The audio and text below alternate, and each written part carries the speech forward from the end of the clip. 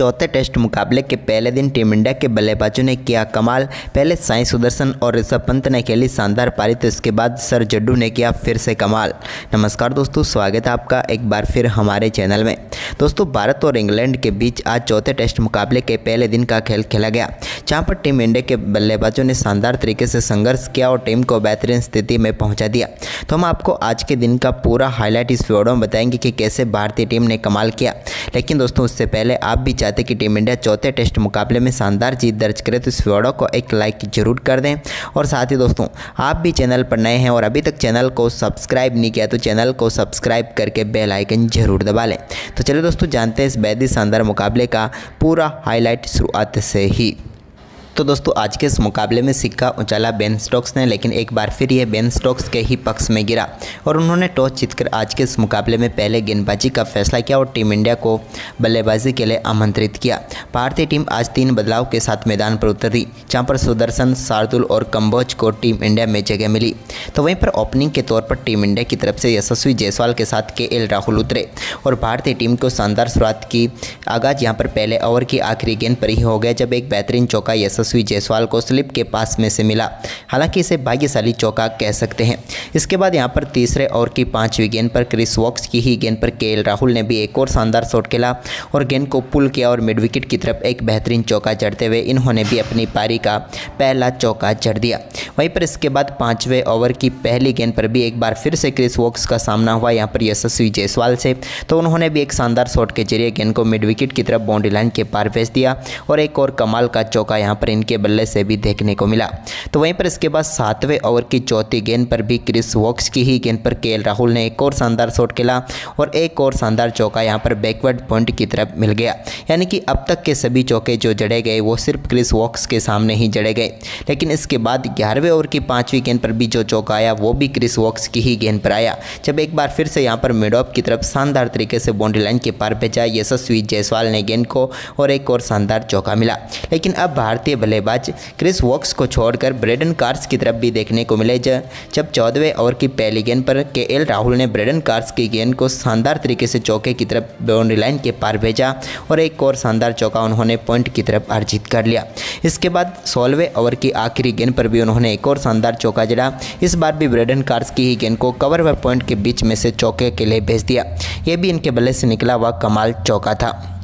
तो वहीं पर दोस्तों, ये चौकों का आगाज जारी रहा इनका, जब इसके बाद 18वें ओवर की चौथी गेंद पर ब्रेडन कार्स के सामने एक बार फिर यशस्वी जायसवाल आए, तो उन्होंने भी गेंद को कट के जरिए बाउंड्री लाइन के पार भेजा और एक और शानदार चौका थर्ड स्लिप के पास में से भेज दिया। ये तो कमाल का शॉट उनके बल्ले से निकला हुआ था। इसके बाद जोफ्रा आर्चर की गेंद हो चाहे बेन स्टोक्स की गेंद हो, सबके सामने यशस्वी जायसवाल ने कमाल के शॉट खेले, जिसमें यहाँ पर जोफ्रा आर्चर की गेंद पर तो एक ऐसा अद्भुत शॉट खेला जहाँ पर उन्होंने गिरते गिरते गेंद को फर्स्ट स्लिप के ऊपर से चौके के लिए बाउंड्री लाइन के पार भेज दिया।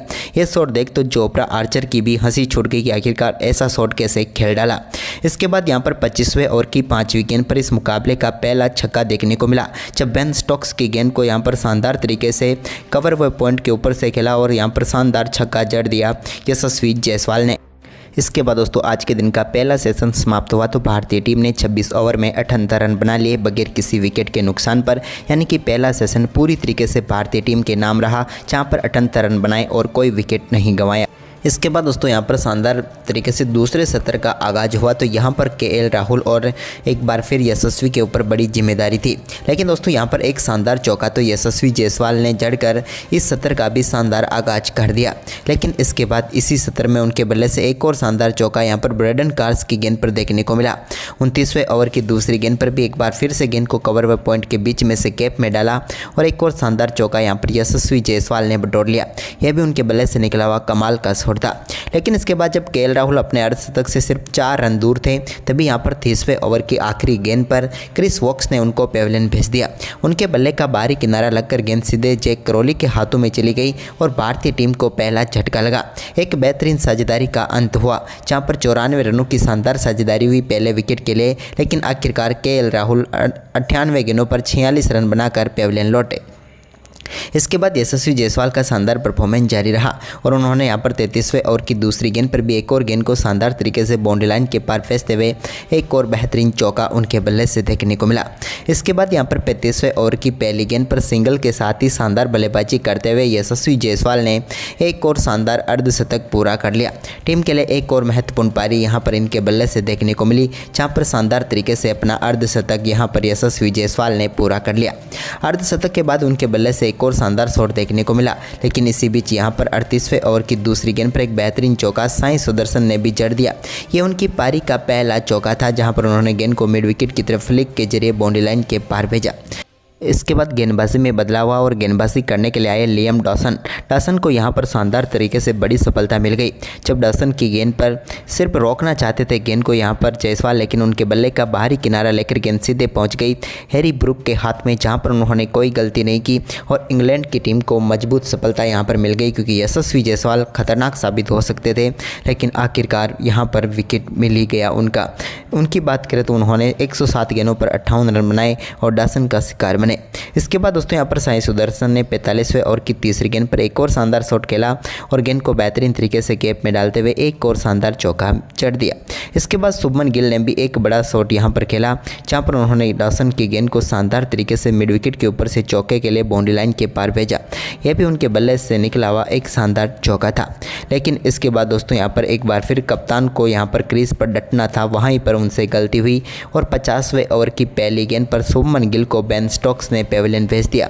वो बेन स्टोक्स की गेंद को छोड़ना चाहते थे, लेकिन गेंद तो सीधे स्टंप पर जाकर लग रही थी और हिटिंग हुई यहाँ पर और भारतीय टीम को करारा झटका लगा कप्तान शुभमन गिल के रूप में, जो कि 23 गेंदों का सामना करने के बाद सिर्फ 12 रन बनाकर पेविलियन लौट गए। इसके बाद दोस्तों यहाँ पर साई सुदर्शन का शानदार परफॉर्मेंस जारी रहा। उन्होंने 50वें ओवर की 5वीं गेंद पर एक और शानदार चौका जड़ा और गेंद को बेहतरीन तरीके से यहाँ पर चौके के लिए बाउंड्री लाइन के पार भेज दिया। यह भी उनके बल्ले से निकला हुआ एक कमाल का चौका था। इसी के साथ दोस्तों आज के दिन के इस दूसरे सेशन की भी समाप्ति हुई। दूसरा सेशन पूरी तरीके से इंग्लैंड के नाम रहा, क्योंकि भारत 71 रन नहीं बना सकी और 3 विकेट गंवा चुकी थी। लेकिन इसके बाद शुरू हुआ आज के दिन का तीसरा सेशन, जहां पर टीम इंडिया के लिए कमाल का शॉट के साथ आगाज किया यहां पर साई सुदर्शन ने। चोपड़ा आर्चर के 54वें ओवर की दूसरी गेंद पर उन्होंने एक पुल शॉट खेला और गेंद को शानदार तरीके से चौके में तब्दील कर दिया।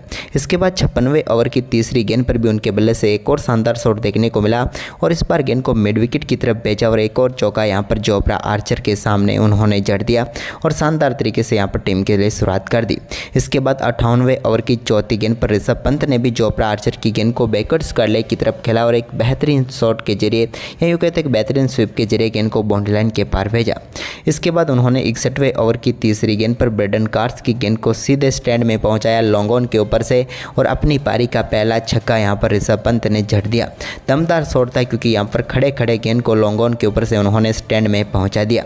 इसके बाद यहां पर डिसॉन की गेंद को भी यहां पर 67वें ओवर की आखिरी गेंद पर उन्होंने एक और शानदार चौका जड़ दिया और बेहतरीन तरीके से गेंद को बाउंड्री लाइन के पार भेजा। यहां पर लॉन्ग ऑफ के ऊपर से गेंद को चौके में तब्दील किया। लेकिन इसके बाद यहां पर रिवर्स स्वीप शॉट खेलने गए यहां पर ऋषभ पंत, लेकिन गेंद सीधे उनके पैर पर जाकर लगी, जिसके चलते वो चोटिल हो गए और भारतीय टीम को एक और करारा झटका लगा, क्योंकि ऋषभ पंत को यहां पर रिटायर्ड हट होना पड़ा, क्योंकि उनके पैर पर गेंद काफ़ी तेज़ लगी थी, जिसके चलते वो पैर काम नहीं कर रहा था और इसके बाद वो बाहर चले गए और भारतीय टीम को यहां पर कह सकते हैं कि एक और झटका लगा, क्योंकि ऋषभ पंत चोटिल हो गए थे। लेकिन इसके बाद यहां पर साई सुदर्शन ने शानदार बल्लेबाजी जारी रखी और 69वें ओवर की दूसरी गेंद पर अपने वनडे कैरियर का पहला अर्धशतक उन्होंने पूरा कर लिया। कमाल बल्लेबाजी करते हुए यहां पर टीम के लिए एक छोर भी संभाला और शानदार अर्धशतक भी साई सुदर्शन ने पूरा कर डाला। वहीं पर इसके बाद साई सुदर्शन ने भी अपना शानदार परफॉर्मेंस जारी रखा और एक और शानदार चौका लगाने में वो कामयाब हुए, जब बेहतरीन कट के जरिए एक बार फिर से उन्होंने गेंद को बाउंड्री लाइन के पार भेजा। ये उनका बेहतरीन चौका था। लेकिन इसी बीच यहाँ पर 73वें ओवर की तीसरी गेंद पर रविंद्र जडेजा ने भी जो रूट किए गेंद को शानदार तरीके से बड़े शॉट में तब्दील किया और गेंद को एक बार फिर से बाउंड्री लाइन के पार भेज दिया और एक और शानदार चौका जड़ा। लेकिन इसी बीच शानदार बल्लेबाजी कर रहे साई सुदर्शन को बेन स्टोक्स ने 74वें ओवर की 5वीं गेंद पर पेविलियन भेज दिया, जहाँ पर वो पुल शॉट खेलना चाहते थे, लेकिन गेंद सीधे पहुँच गई ब्रेडन कार्स के हाथों में और साई सुदर्शन जो कि अच्छी बल्लेबाजी कर रहे थे, लेकिन 151 गेंदों पर 61 रनों की पारी खेलकर पेविलियन लौटे। इसके बाद शार्दुल ठाकुर के बल्ले से एक शानदार चौका देखने को मिला। वहीं पर टीम इंडिया ने 79 ओवर में 250 रनों का आंकड़ा पूरा कर लिया। जडेजा और ठाकुर 12-12 रन बनाकर क्रीज पर खेल रहे थे।